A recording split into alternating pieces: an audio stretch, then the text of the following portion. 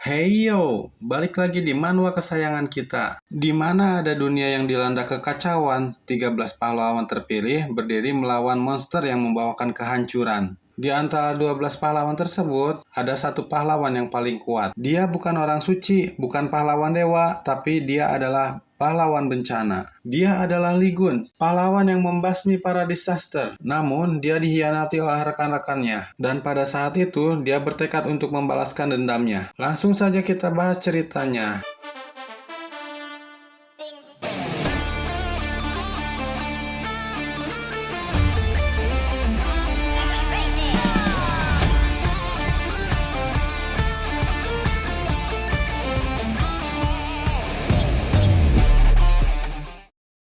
Di awal chapter di sebuah restoran, Hugo Otus atau Saint Sagittarius sedang berbicara dengan pahlawan kita, Ligun, meramalkan bahwa Ligun akan mati esok hari ketika raid di dungeon. Namun dengan santai, Ligun malah berkata, "Apa kau marah karena aku makan 2 paha ayamnya?" Ayah-ayah wae si Ligun mah. Padahal Hugo Otus telah mewanti-wanti agar dia lebih berhati-hati. Namun Ligun masih tetap merasa paling jago, bahwa dia lebih banyak membunuh disaster ketimbang 12 saint yang lain. Shin pun berpindah ke Demon's Tower, tempat tinggal disaster terhebat yang bisa memusnahkan umat manusia. Kita diperlihatkan monster yang sangat menakutkan, dengan aura yang sangat menakutkan. Namun, saat itulah ke-12 dewa yang menyebut diri mereka Holy Gods muncul. Mereka berjanji akan memberikan kekuatan untuk mengatasi para disaster. Namun, sesuatu yang tidak terduga terjadi. Tiba-tiba, Awakener ke-13 muncul, tanpa menerima berkah dari satupun dewa. Namun, di sisi lain, dia menjadi sangat kuat dan sangat hebat. Bahkan, ke-12 saint tidak setara dengannya. Dan dengan lantang dan percaya dirinya, dia berkata, "Saya si hebat Ligun." Sungguh kabina-bina ya si Ligun teh. Saat itu Hugo Otus berterima kasih. Berkat Ligun lah kita berhasil raid Demon's Tower. Namun Ligun tidak perlu pujian. Dia cuma ingin dibelikan ayam goreng selama 5 tahun. Namun menurut Hugo Otus, apa kamu tidak bosan makan ayam goreng terus? Lalu kita diperlihatkan para saint lainnya yang sedang membicarakan keuntungan saat mengalahkan Red Eye. Namun saat Ligun mendengarnya, dia merasa tidak nyaman. Sampai-sampai salah satu saint bilang, "Bukannya kau ingin hadiah besar itu, makanya kau harus mau bekerja sama dengan kami." Sampai Ligun pun berkata, mereka bajingan yang memikirkan diri sendiri. Namun perkataan Ligun tidak digubris.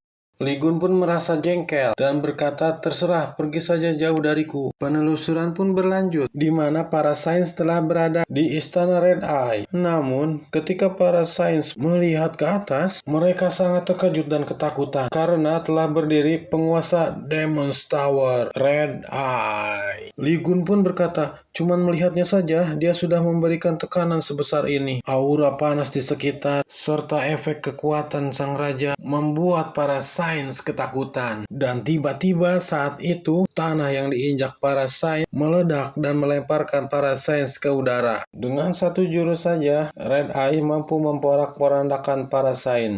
Namun, dengan sigapnya, Ligun menangkis semua serangan-serangan yang diberikan oleh Red Eye. Semua menjadi panik, semua menjadi ketakutan. Bahkan ledakan itu sampai keluar angkasa. Sampai-sampai para sains masih ketakutan dan tidak akan percaya bahwa kekuatan yang dimiliki oleh Red Eye sangatlah besar. Dari ledakan tersebut menciptakan kawah yang sangat panas. Apinya terus menyala dan bahkan bisa membakar apapun yang di dalam sana. Lalu kita diperlihatkan singgasana sang raja dan wajah Red Eye yang sangat senang ketika berhasil menyerang para sains.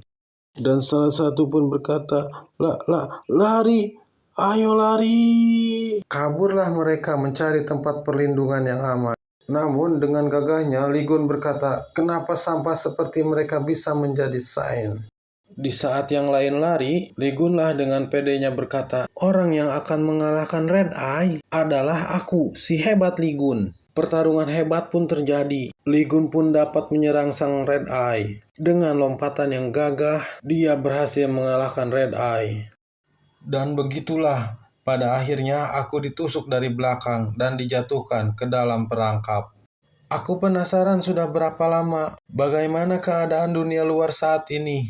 Apa waktu di sini dan dunia luar sama? Aku bahkan terlalu malas untuk berpikir. Saat ini, aku cuma harus menebas dan terus menebas untuk mengalahkan para disaster ini. Lee Gun pun terus menghabisi sisa para disaster yang ada di dungeon ini.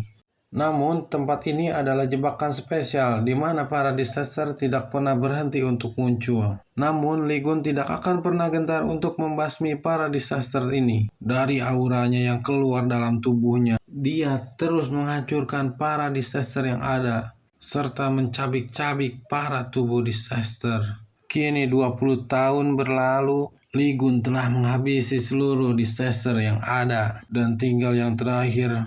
Wajah disaster itu pun penuh dengan ketakutan, dan Lee Gun pun tidak ragu untuk menghabiskannya.